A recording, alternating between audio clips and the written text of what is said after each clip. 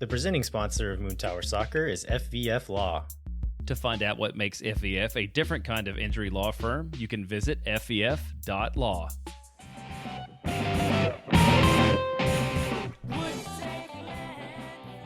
Hello, friends, and welcome to SWOONTOWER Soccer. I'm Mike Cragnola, I'm Steph Cragnola. and we are all about the boys. That's right. Today we are all about away boys. We are catching up on last week's Charlotte match, and Sort of. we are we are previewing our RSL match on Saturday night. So, you want to just kind of dive right into it? We don't have a ton. Yeah, I think, normally we have a hard time with the away matches because the vibes are harder to measure when you're far away. And the fit checks aren't quite as good. And generally, there's less stuff that the cameras pick up on that we get to talk about. Right.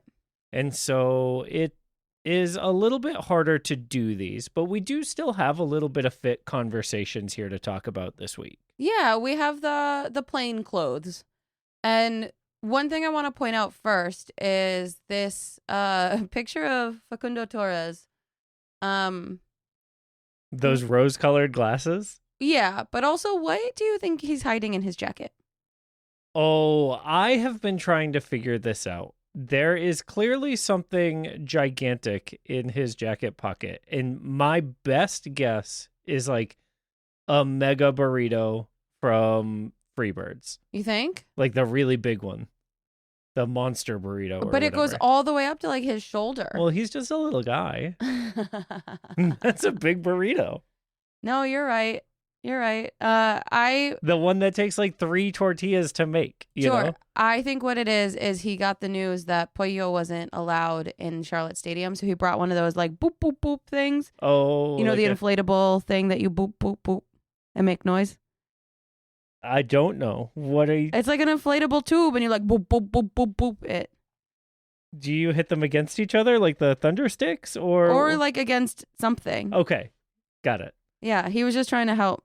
Yeah. I'll show you a noisemaker. Right, exactly. That's what I think it is. Mm-hmm. What do you think he's watching on his iPad? Oh, I don't know. Probably. Do you think he's the Pit guy, or do you think he's a Love Is Blind guy? I think Faku is. Oh God. I think he's the Pit guy. But that would be a good breakdown of our players. Brad, Love Is Blind. absolutely a Love Is Blind guy. But he would never admit it. No, never. Wow. Svatak, absolutely Love Is Blind. Well, we know because his wife would have it on, and he would have no choice but to watch it. Exactly. Yeah. BHI, neither. Yeah. Lawn mowing videos. That's right. Only lawn care YouTube. Deep in lawn care YouTube. Yeah. Okay. What else do you want to call out in these Plain pics. plain picks? I want to call out the card game that's happening with CJ, Danny, Christian, and Joseph. So I think Steph, they're playing Go Fish. I was going to say, you had a pretty strong stance on what game this was. I am like 99% sure they're playing Go Fish. The way that Chris is reaching across the photo line to take a card from Denny's hand, they're definitely playing Go Fish. You're probably right. Yeah, I know. I've been trying to think of another game where that like mechanic happens, and I don't know that they're playing it. You're probably right. Yeah, I know. Because like you see Joseph in the back like checking his card, like, ooh, does he have a 5? I don't know. Chris is looking for one, but he's like, get one from Danny. Go Fish. One of the other pieces of content that we got from the team on this away trip was a video of everyone getting on the plane, and I really loved the shot of Danny's hat like blowing off in the wind. It was very windy. It was very windy. And so seeing Danny's hat get blown off and him like freak out about losing it. It was nice to see in the plane pics that he had gotten it back. Yeah. You know? Yeah. Now I have a question. With these plane videos. Yeah. We see Biru. Yep. Why? Well, Is he because he required hasn't gotten his red card yet. Wait, what? This is the video from going last to. week. Oh. Yeah, he hasn't gotten his I red don't card. understand time. You know, you said it was so windy. I was thinking about how windy it was this morning. I was like, they flew out this morning. I don't know what day it is. Everyone. No, because we're going to RSL. They'll probably fly in on Saturday, I would assume, because of elevation. Yeah, I just don't know where I am or what's going on. That was such a stupid question. Thank you for not laughing at me. You're welcome. Everyone listening. Oh, I can't control them. But the video or the photos of the boys walking into Charlotte gives us a little bit more match fits as well. I like the secondary crest sweatshirt that the guys have. Now, I have a question about that. Yeah. I know it's different from the Nico sweater, but do you think they looked at it on Nico and said, let's make the crest a little smaller? Well, I'm glad you brought this up because 2 weeks ago, the DC match at home that you missed, Landon was wearing the Nico sweater. I've seen Landon in the Nico sweater. It looks so good on him. The logo is much smaller on Landon than it is on Nico. Well, that's what, is it photo optics or is it? Yeah. This is entirely perspective. It's like when the hobbits are sitting next to Gandalf in Lord of the Rings, That's the vibe of the logo on Nico's sweater. Okay. It only looks so big because he's so little. He's so little. All right. Well, that's a pretty easy fashion week. Yeah. I did like the collared warm-up shirt under the sweatshirt, though, to give it that, like, collared sweatshirt look. I thought the couple of guys who did that looked really sharp in it. Notably, Christian Ramirez and Joseph Rosales. Oh, yeah. I also have to say, Brendan Hines-Ike is putting in the work to be a tunnel hottie. Yeah, this There's photo this picture of the four of I guess 5 of them, including Sabovic in the back picking his nose. Like, the 4 dudes walking out onto the field. Brendan Hines-Ike's like smolder. Yeah, he's got a real chiseled jaw model face. Yeah. Which, like, just makes it funnier that everyone else in this photo looks like a buffoon. But They're all just looking so locked. They're all looking at something else. Yeah, and Except BHI's him. looking at the camera. Yeah, he knows. Directly. But also, like, I don't know, photo team, you did this crew dirty. Gally just chewing on something. Chris popping open his sugar-free Red Bull. We've all been there. Oh, we have. But yeah, everyone kind of looks a little dorky or dopey. And then you've got BHI who's like, this is my moment. This is it. This is it. Yep. All right. Kind of reminds me of the fact that everyone else wasn't quite ready for this game. Hey, good segue. You know who was ready to make this game all about themselves? Who? Rosendo Mendoza, who might be my least favorite ref in MLS. You said that. He's just constantly making it about him. And this was another game where that was true. This one, real tough. At least, like, be consistent, man. That's my like, I don't care if you're bad. Just be equally bad to both sides. Sure. And, like, call the game the same for both sides. Yep. That's all I want. Yep.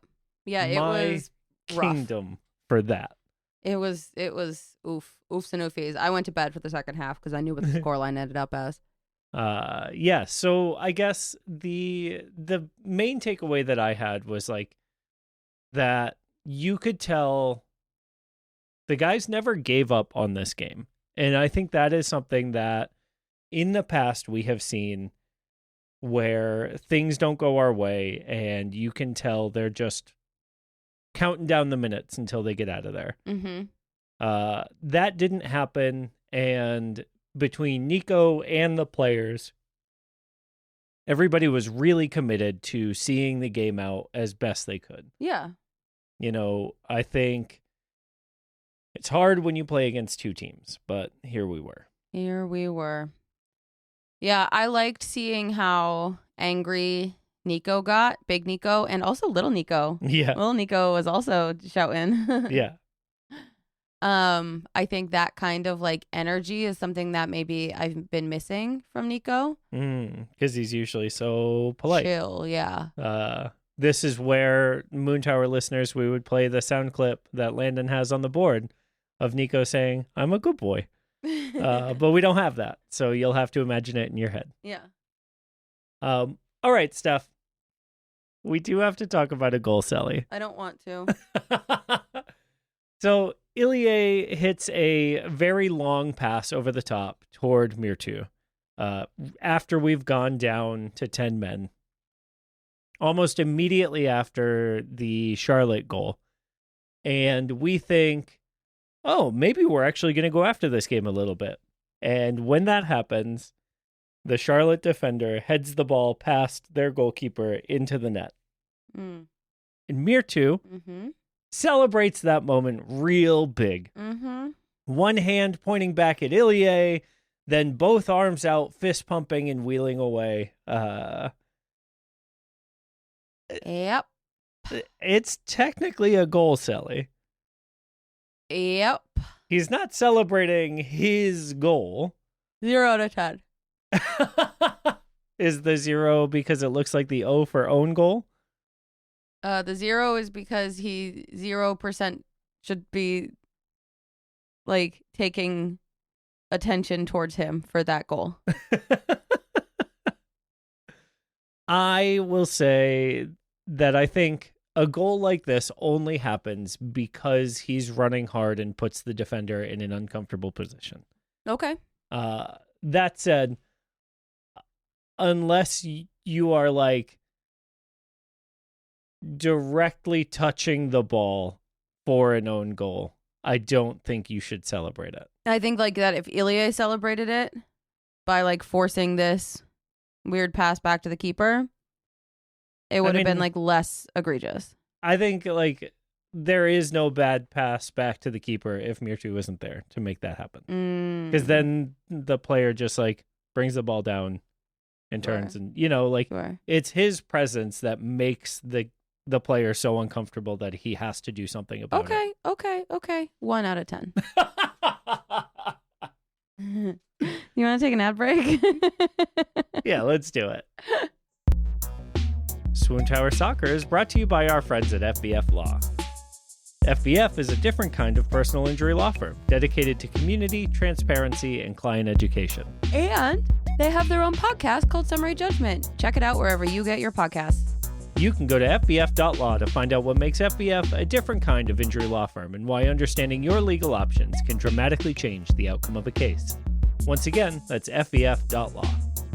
Our premier sponsor is McGuire Woods Consulting, helping clients in the public affairs space from lobbying at the local, statewide, and federal levels to digital and communications campaigns across the country.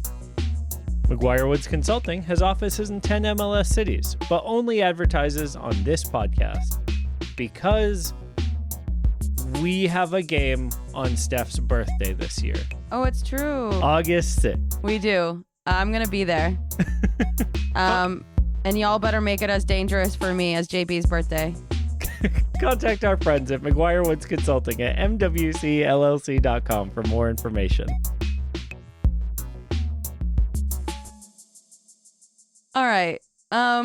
Let's go to social media. It's, you know, the week after a loss, so we know we're going to get a ton of push forward, we fight, move on kind of posts. Honestly, I am glad to see them again compared to at the end of 2024. Oh, where they just gave up. Where no one said anything. Yeah. You know, I will take these. And also, I think the vibe in them is generally different.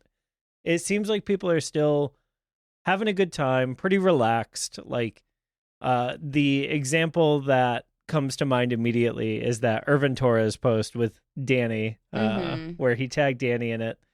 Even though, like, I think that relationship must be crazy, right? Because here's Danny. He's the starter. He's in the way for Irvin's career to move forward. Yeah. But he's also learning a lot from Danny, like in training and hanging out. And clearly they're developing a relationship there, right? Danny reshared it and said, "My son." So, like, clearly the vibe between them is really good, which I think is awesome to see. Does that make Danny a double grandpa? Double grandpa? Yeah. Doesn't Irvin have 2 kids? Oh. Yeah, I guess so. Felicitaciones, Danny. Yeah. Wow. But yeah, so, like, what do you think that relationship must be like?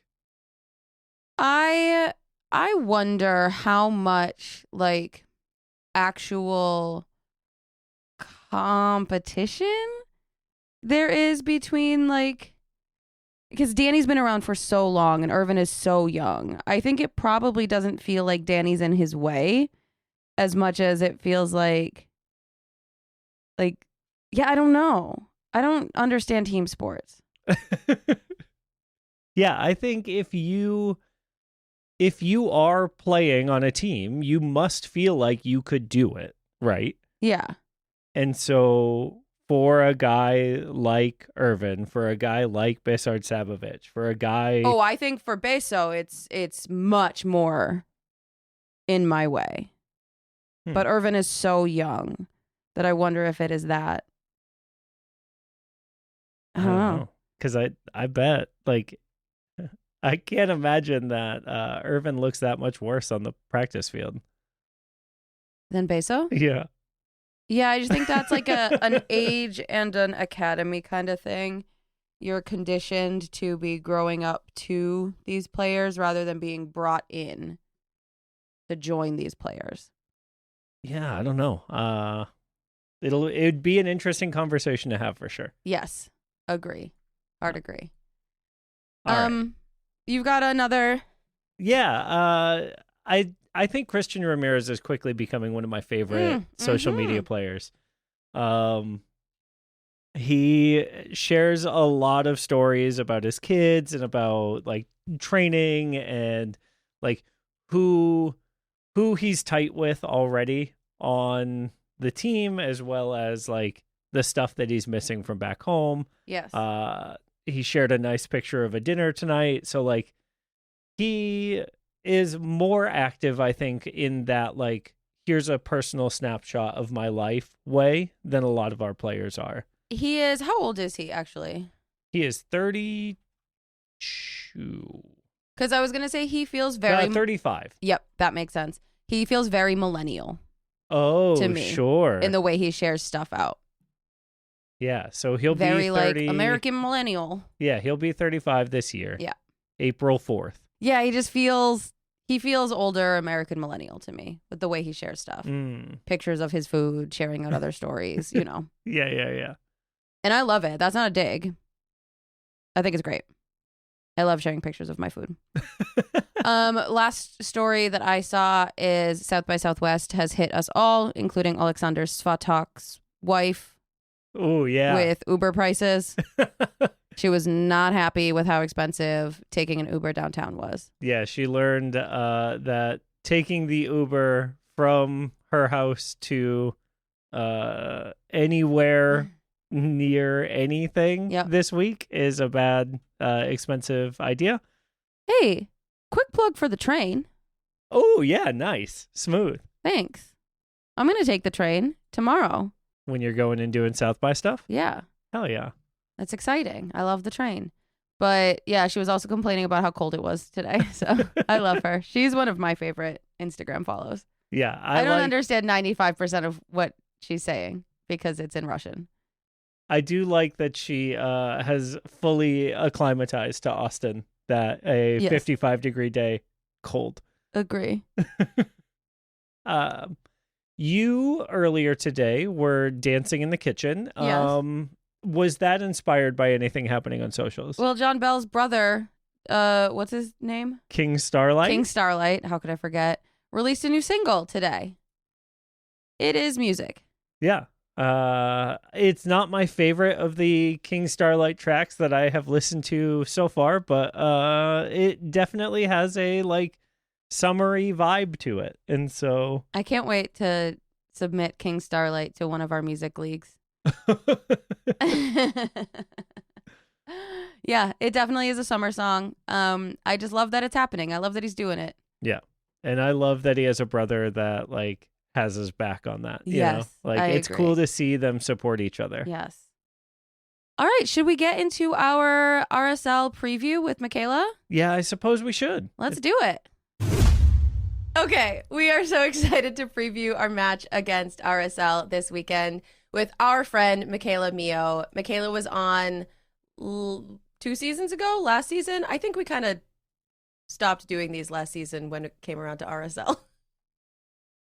Yeah, I think the last time we talked was 2 years ago because I remember, Michaela, you were sky high about your hope for the team. And maybe we can get into that a little bit later in the episode, but Yeah. Well, we're so excited to have Michaela back, however long it's been. Michaela is one of my favorite content creators on the Shakespeare side of things, but her soccer knowledge is top tier, and we're really just excited to get some insight and maybe some hope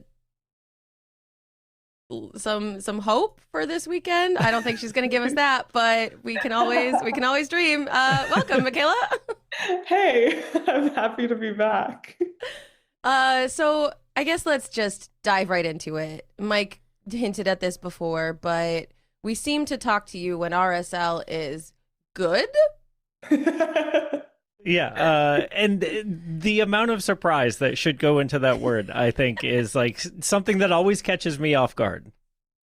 No, that's very real. I think at the beginning of this season, the MLS Power Rankings had us at like 23rd or 24th.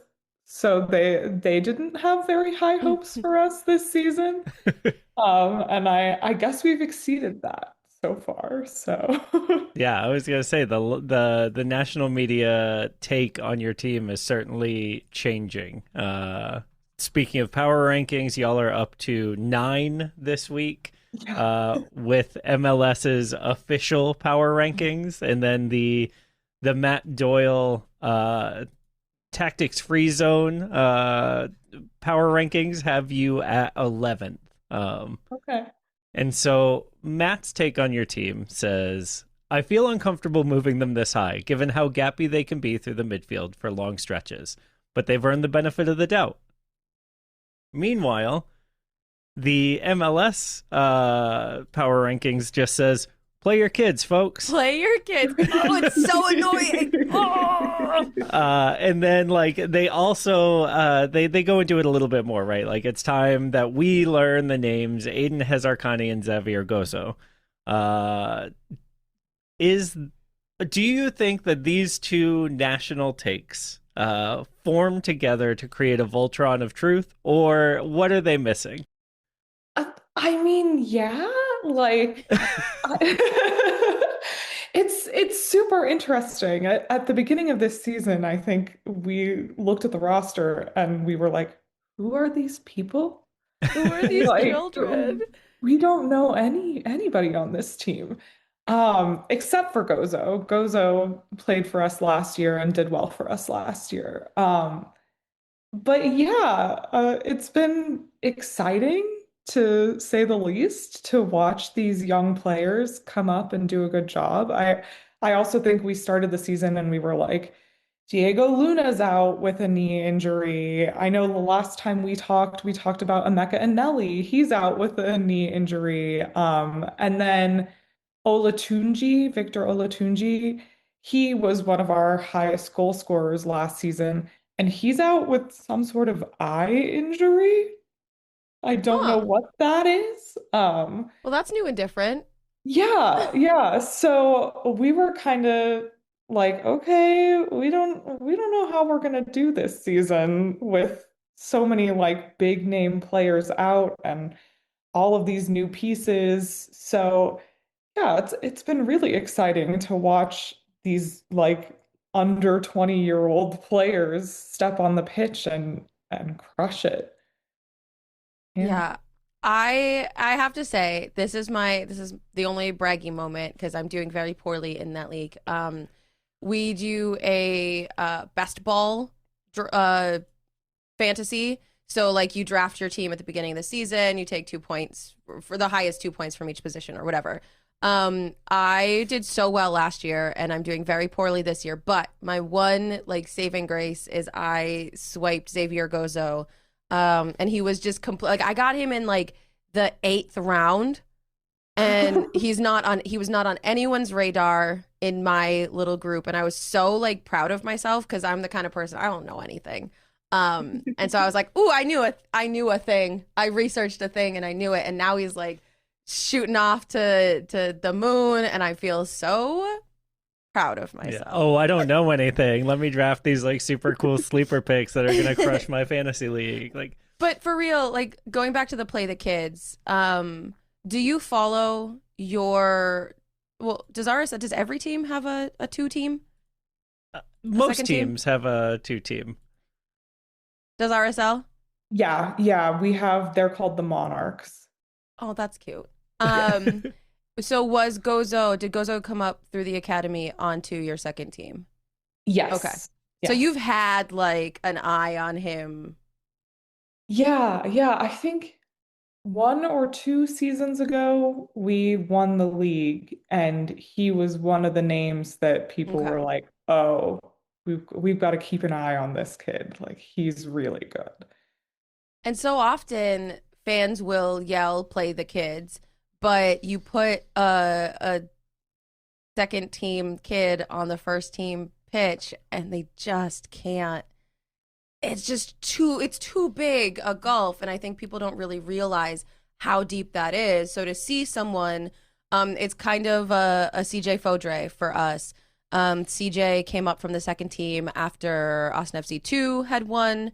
Did we win? Yes, in Great. 2023. And then they put him on the first team. He just couldn't He wasn't bridge that quite gulf. there. Yeah. And now he's been working his way up. But like to see Gozo really last season bridge that gulf pretty immediately, and then this season just fly over it is really cool and I think special. It's not the norm. Yeah, it's really exciting. I think, and I mean, I feel like he's grown a lot just in the like off season between last season and this season. He definitely felt a little more like a kid last season, where like he was excellent, but you'd see like major frustration in the moments where he wouldn't succeed, and then kind of for the rest of the game, you'd see it go downhill from there. Whereas this season, it just feels like he's grown up. He's like a natural forward, but we have him playing at wingback for this season. He's been like learning how to play that position, and it seems like he's taken to it very well, which is exciting. So that's a hard position to play.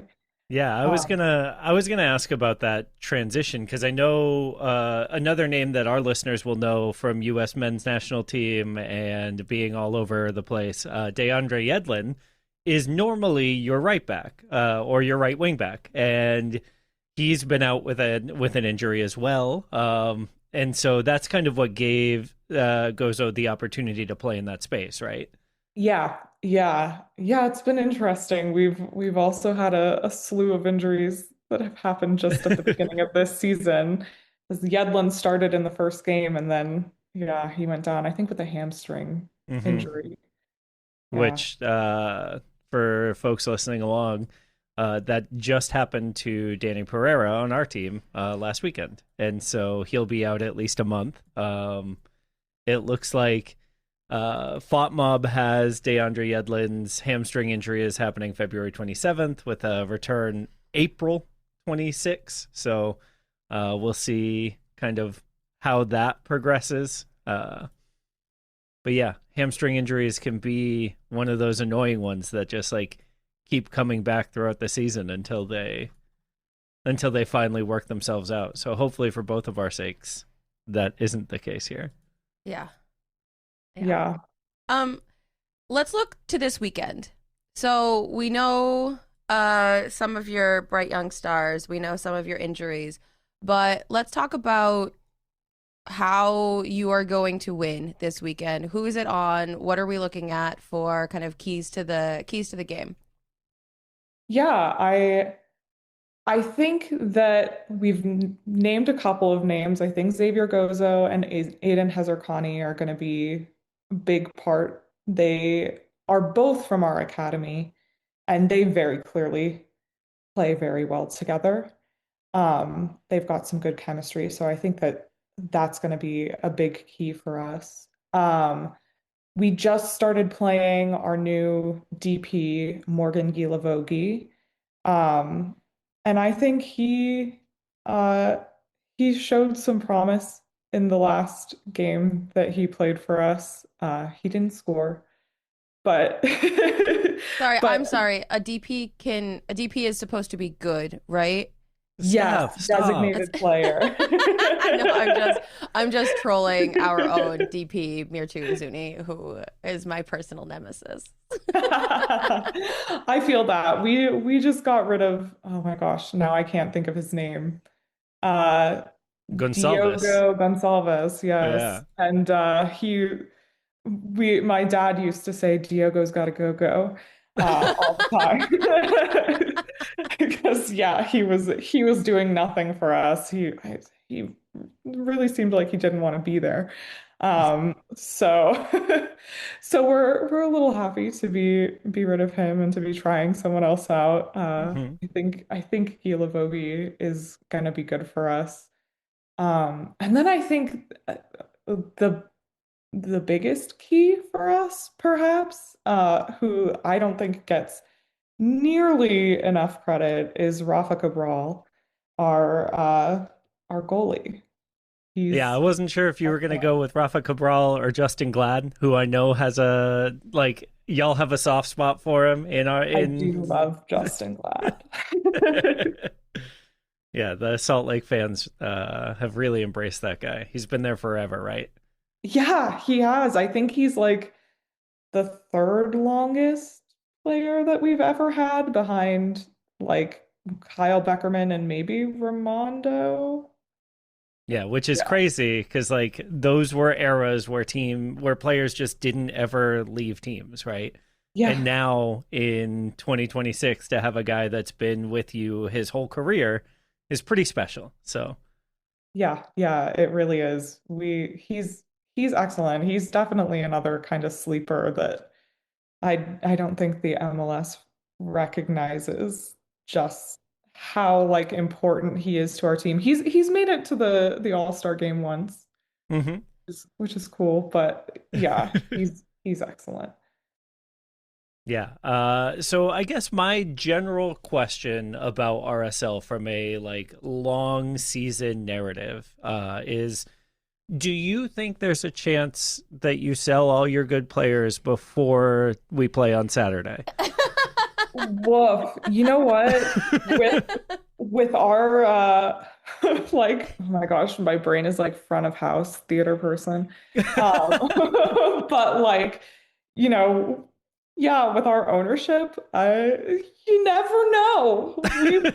We've certainly done that, and probably not before Saturday, but Okay. during the summer Okay. transfer window, Yeah. Yeah.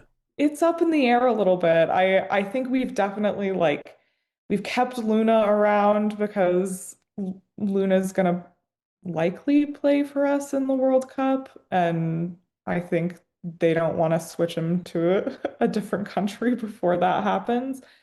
But Gozo's also had Yeah. some buzz around him in terms of some like pretty good teams in Europe looking at him. So Yeah, I heard Aston Villa. I've heard yeah. Atletico Madrid. Mhm. So those are huge names. Yeah. Yeah, You yeah. sure they don't need him by Saturday. Yeah. Hey, you never know. Um, I have a question. Talking Yes. about U.S. men's national team, talking about homegrowns, talking about injuries, kind of the trifecta of what's happening here. Talking about players maybe we aren't going to see on the pitch. What has it been like to have Tyler Wolff? Ooh, I mean, interesting because he's done well for us when he's been on the pitch, but he has not been on the pitch very Right. much.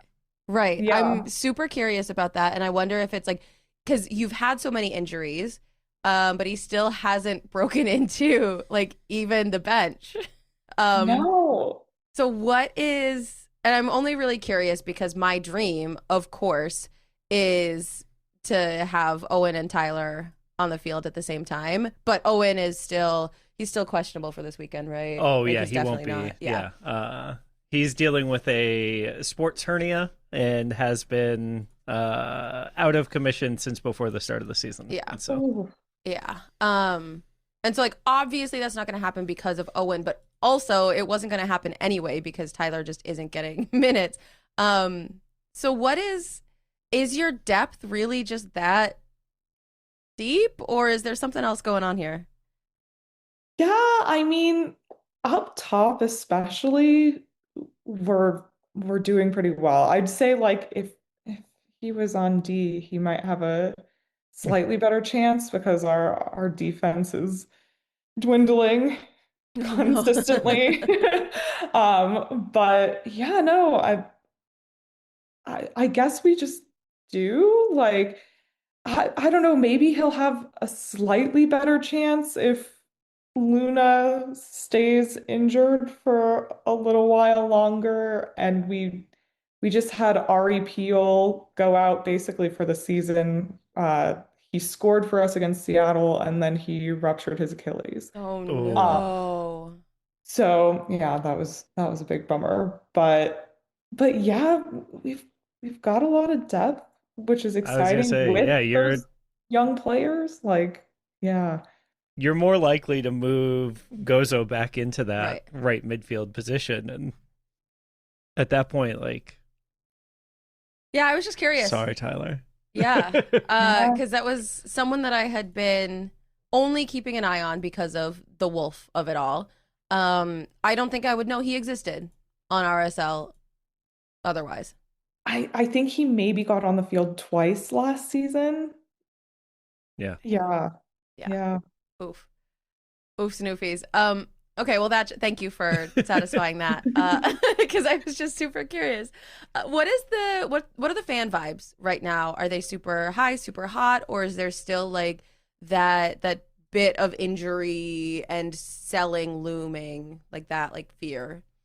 I think we're like cautiously optimistic right now. I've seen fewer hashtag Pablo out posts than I usually do.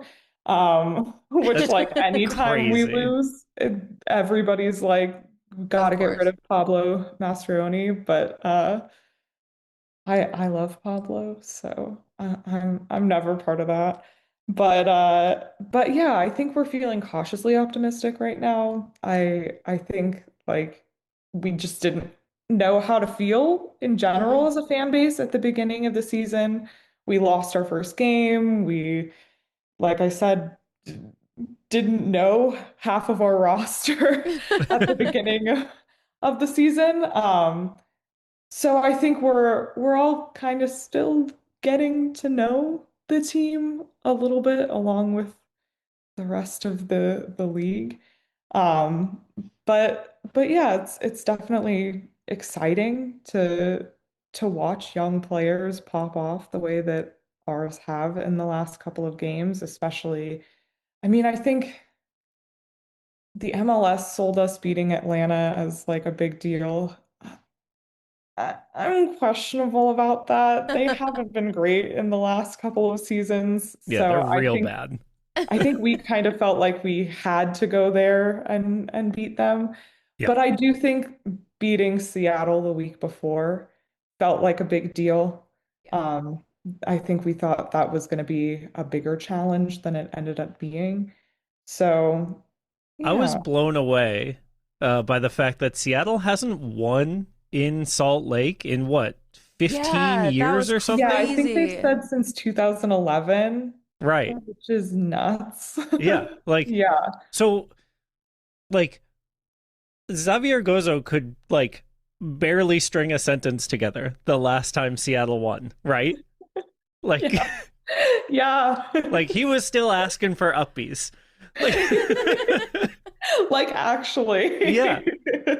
And here we are in a world where now he is scoring bangers and like owning the right side of the field. That's wild. Like, what is it about playing in Salt Lake that is so tough for some teams? Yeah, I mean the best thing that I have is like the elevation. I think I saw a stat that said like currently we haven't lost in like the last 17 games at home, which is crazy. I don't know if that's true, but Just say it but confidently. No Yeah, one will yeah, question yeah. it. but yeah, I the best thing I have is the elevation. I think we have like a decent fan presence, but I've been to other stadiums where I felt like it was like more intense for me to be there and be like, whoa, this fan base is really into their team. Um, so yeah, I say the elevation, but at the same time, I feel like people have an easier time in Colorado. Yeah. So Yeah. I wonder how much of that is like mentally preparing for the elevation in Colorado, but you don't always think of Salt Lake as also being at elevation, right? It's still 4,500 feet above sea level. So it's definitely your water's boiling slower or faster, and your lungs are filling up I want to less. live at elevation just so I can eat pasta faster when I think about pasta. That's all I want. Could it be witchcraft? Ooh. it might be. Okay. Just Yeah. throwing out all the, Yeah. gotta look at it from every angle. Paul Pogba was out here with some witches and said, you know what? Yeah, I guess, is there anything else for you that you think is a key to Real Salt Lake winning against Austin this weekend? I mean, not having another player getting injured Mm. would be good for sure. Mm-hmm. Same. Yeah, I don't know. I think it'll be interesting to see like if Luna or Olatunji or Anelli end up back on the field. Um, Are they close or? I'm actually not sure. Um, There's nothing Mike wants less than for Diego Luna to be healthy this week. Yeah, he's my favorite player that doesn't play for Austin. Yeah. By like a significant margin. And it hurts him physically to have to like root for Diego Luna to play poorly Yeah. when it's against Austin. So like if he could just be injured one more, like he's fine. He's good. He's great. We're just being cautious. Yeah. We're just holding him out for one more week to lock it cautiousness. in. He is hands down my favorite. He's so I- awesome. I adore him as an individual player. He could be interesting in terms of like whether or not we keep our chemistry though. He has been a very interesting player in that like he is excellent. But he comes back from playing with the national team and gets frustrated playing with our team.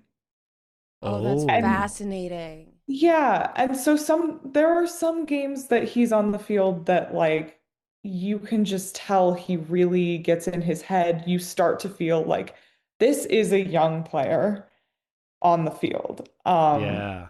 So it'll be very interesting to see like first of all if he's available, if he does get on the field. I don't know what Pablo's going to do there since we're doing as well as we are without him. Um, but if he does get on the field, like I'd be interested to see what version of Diego Luna we're getting. That's so fast. I never thought about that.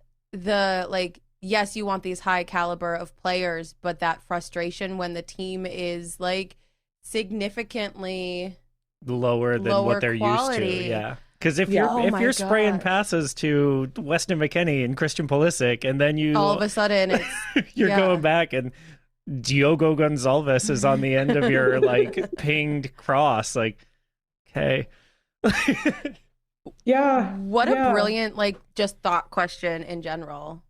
Yeah, I adore him and I would love to like see him step in, especially with this group doing as well as they are and like pop off like the rest of the team is. But yeah, he can be kind of a wild card sometimes when he's on the field. So Yeah.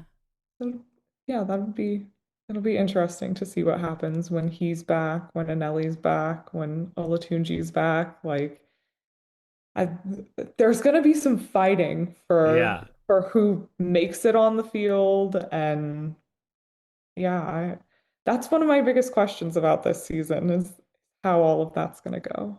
So God, what a cool, fun way to end it. Thank you so much, Michaela, for taking the time to chat with us. Where can people find and follow all of your work, not just the soccer stuff, because we have a diverse set of fans who also Yeah, have been bullied into loving Shakespeare. There are dozens of us. Sure. I make some like fun Shakespeare memes and I'm working toward like 10,000 hours of Shakespeare practice at 10K Shakespeare on Instagram and TikTok. And then you can follow, I have a stoned Shakespeare company called Bowls with the Bard, and we're at Stoned Shakespeare on Instagram. And that's in Denver, right?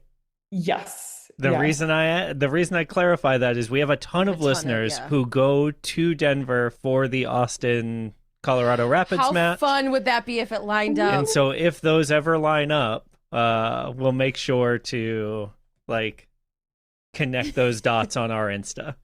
Heck yeah, that's amazing. I know a lot of our Verdes would love to partake in a night of Stone Shakespeare. So hell yeah. Well, we're doing Stoned King Lear in May and June, so amazing.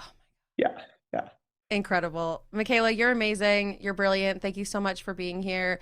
I don't know how to close these out anymore. Will you do it? Yeah. Bye.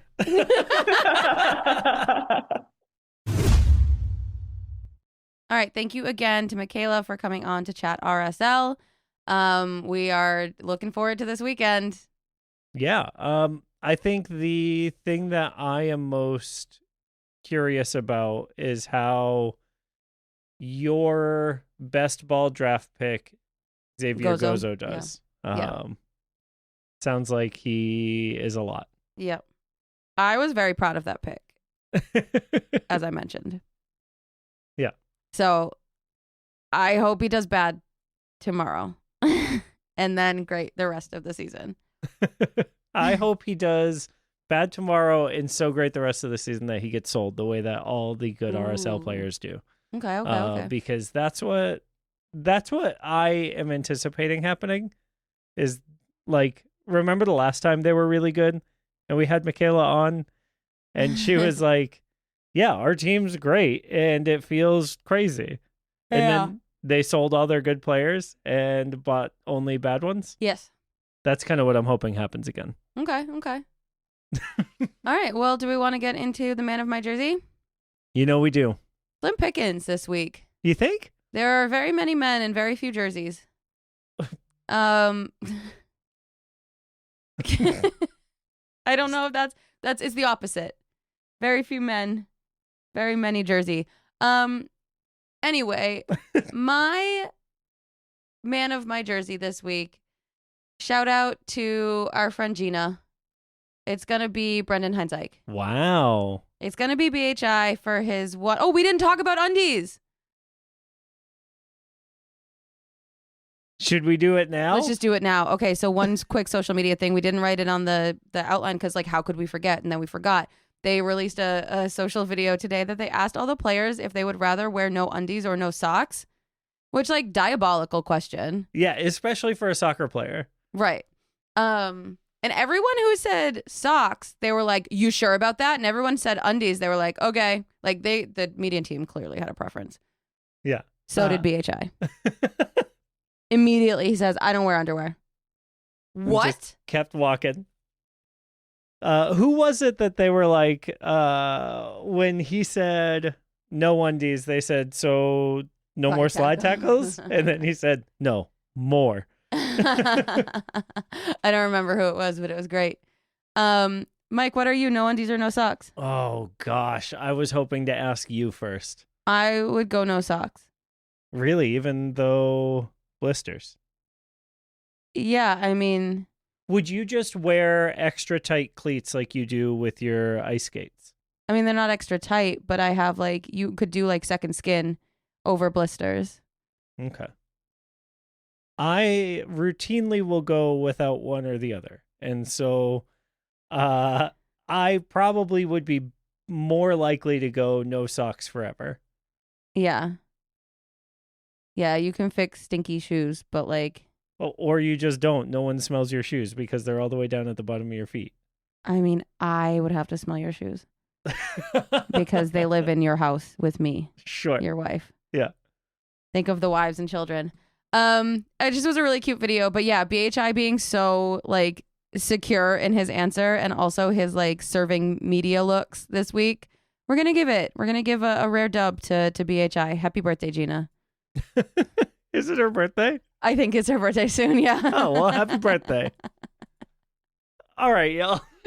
If you like this episode, make sure to rate, review, subscribe, tell all your friends, tell your parents. Tell your dogs. Yeah. Yeah, we want to meet that dog. Yeah, they'd like to listen to us.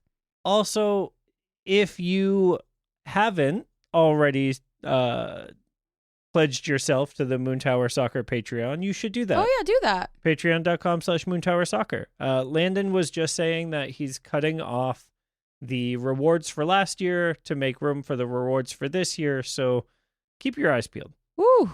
Okay. Yeah. Keep those eyes peeled. All right. We're going to get out of here. We love you. We love you. Bye. Bye.